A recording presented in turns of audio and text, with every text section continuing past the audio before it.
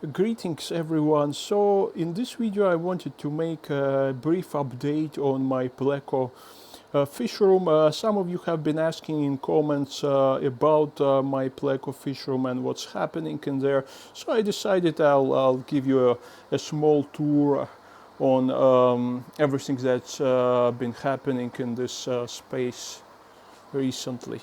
So I'll probably start with this tank up here, which has my group of Hyphen Sisters zebra. You can see one of them hiding in a cave in here.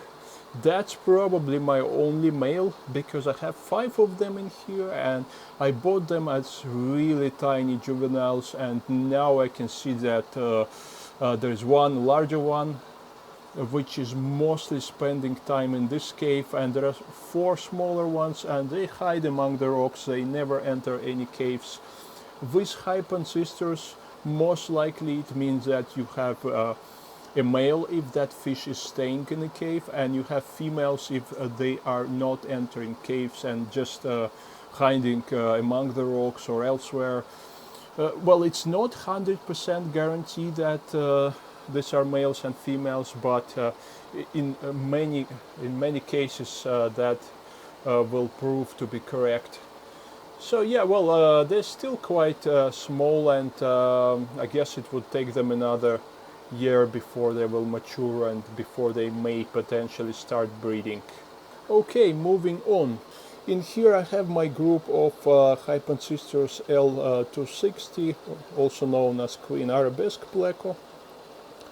There's one of them in here. They're absolutely beautiful, stunning fish. I don't know if I have males and females in here. Actually, with L260, it's really difficult to say unless you actually observe them from the top, so you can see more typical distinctions between sexes, because otherwise, well, with L260, they generally, both males and females, are staying in the caves, like in the case with my fish, and it's really difficult to say which are males and females just based on their behavior. But they are very slow growing fish, and it's going to take them a while, I believe, before they will start breeding. Okay, moving on to the next tank. And in this tank, well, this is my largest tank in my fish room. In this tank I have a colony of L333 King Tiger Pleco. Well, recently they have been classified and given a Latin name, which is Hyphen Sisters Sidely. So they, well, apparently we shouldn't be calling them L333. But I guess this L number will stick with them for quite a while. So I have here, well, it's a fairly large colony. I have here about 15 adults and maybe a similar number of sub-adults, also some juveniles. They haven't been breeding for me as actively as before, so I don't have many juveniles in here actually. Recently I pulled out about 5 juveniles, and there's probably like 5 left, but that was it. So haven't had much success with them recently. Otherwise they're doing great. You can see there's lots of flow in the tank, lots of water movement, lots of filtration, lots of oxygen, just the way they like it. Okay, moving on, and in this tank up here I have my group of Hyphen Sisters L236 Super Whites.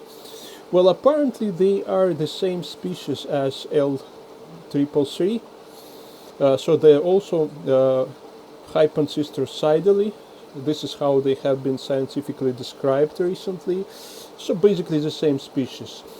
Well, I guess we would still keep on calling them L236 Super Whites, because obviously they are a different color variant of Hyphen Sisters Sidely, and they're very different from L333 Plex.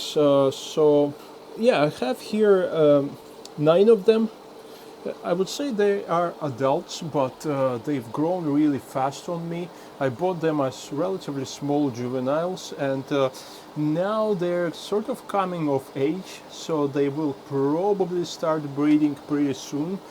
but they haven't done much so far for me, which makes sense because, they have been juveniles and they're probably less than a year old, and I would expect them to get a bit older and get a bit more mature before they will start breeding. But I'm pretty sure that I have both males and females in here. Like, for example, here you can see that there are two fish that are hiding in caves. They're likely to be males. And there are two others that are hiding above caves in between the rocks. With hypon sisters, in most cases, this means that they're females. And I'm pretty sure that the one with this big fat belly is actually a female and probably ripe with eggs.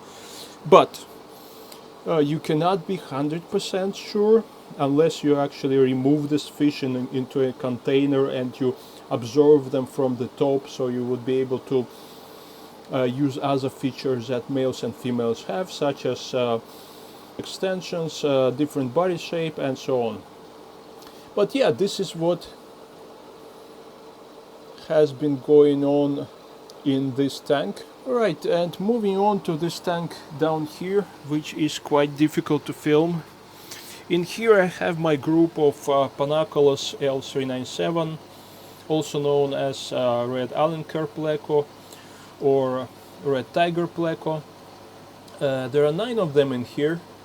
They have been, I bought them as tiny juveniles, and now they're almost adults. So they're not 100% adults yet. They're kind of large sub-adults, and I guess, they are ready to breed. But the problem is that I only have a couple of caves in here, and I will need to add more caves, and I need to arrange the escape in this tank in order for them to start breeding. So that's what it is here. I have also added sand here because I moved here my group of Haplysoma CW28, formerly Corydorus CW28, and for Corydorus obviously they need sand, so I've added sand. And the case with CW28 is that they actually like higher temperatures because they come from this Amazon basin, Rio Negro area, which gets relatively high temperatures. They also like flow, and this is what I have in here. There's lots of water movement in here, very powerful power head in here.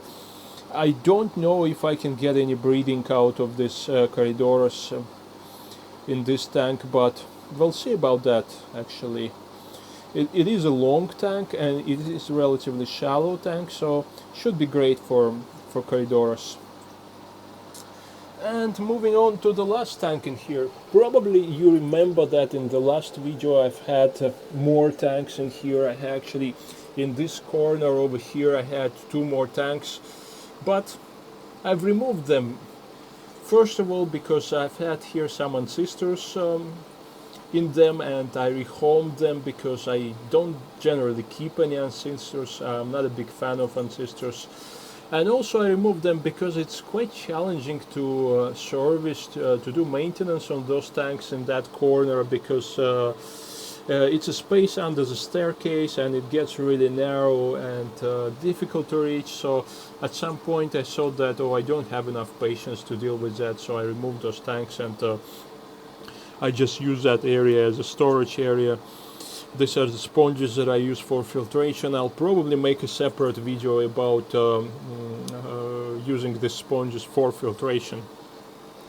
So in here I have another tank which has my group of Picoltia compta, also known as leopard frogs. I believe the L number is 134, but I might be mistaken. In any case, I generally don't memorize L numbers of fish that have Latin names, because at least for me it's easier to memorize a Latin name rather than the L number.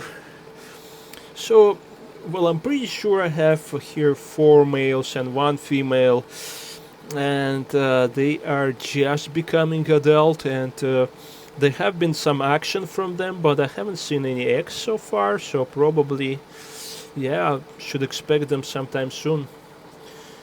Also, I have here a few Hoplosoma duplicareus, formerly Corridorus duplicareus, and a group of Hoplosoma pulcher, which are relatively rare Corridorus, well, formerly Corridorus species. Almost impossible to see them because they always hide in the back, but they're definitely in here. So that's the reason why I have added sand to this tank, because the catfish, the Corridorus catfish, they definitely need some sand. Well, that's what it is for now. Probably one big change, I'm trying to stand up in here, it's a really narrow space. Probably one big change in here is that previously I used to heat this space by an external heater. I had a fan heater in the back, and I used to keep the door closed here so the space heats up, and I didn't heat individual tanks. But I changed this back to heating individual tanks, so I now have heaters in all of these tanks rather than heating the whole space, because I realized that because this is a relatively tiny narrow space, it's just impossible to stay in there for me to do maintenance on these tanks when the door is closed. It was 30 something degrees inside, and I just couldn't breathe in there, and it was really difficult to do anything inside with the door closed. And whenever I open the door, obviously there is a heat loss, and it defeats the purpose of using a heater. So I noticed that it's more economical and it's more practical, and also easier for me to actually heat each individual tanks, because eventually, well, the door into the space is closed, so the heat stays at the required temperature in all tanks, so there's no need for me to actually heat the whole space. It has also reduced the amount of humidity in this space, because when I used to have a fan heater in here, there will be lots of humidity and obviously lots of mold growing in here in the corners and places like this one.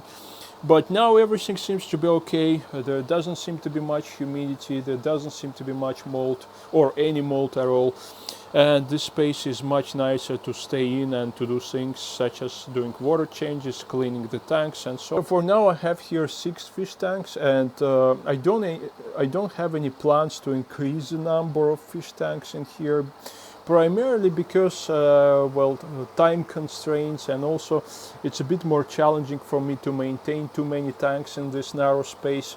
Although I certainly have small tanks which can fit in there, and they used to be in there, but for now I don't see any reason in expanding the number of tanks. So the 6 tanks is what I need to breed and to raise this L number Plecos. Okay, so that's probably it for today.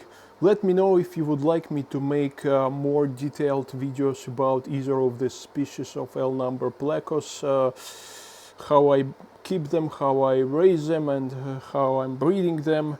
I have a separate video about breeding Hypancistrus L333, Hypancistrus sideli. It's on the channel. But that's it for now, and don't forget to subscribe if you haven't subscribed yet. It helps to develop this channel, and I will hopefully be a bit more diligent in making new videos, because I admit that I have been quite lazy and there were not too many videos on the channel recently, but I'm planning to work on that and to release at least one video every 2 weeks. So stay tuned, and I'll see you soon.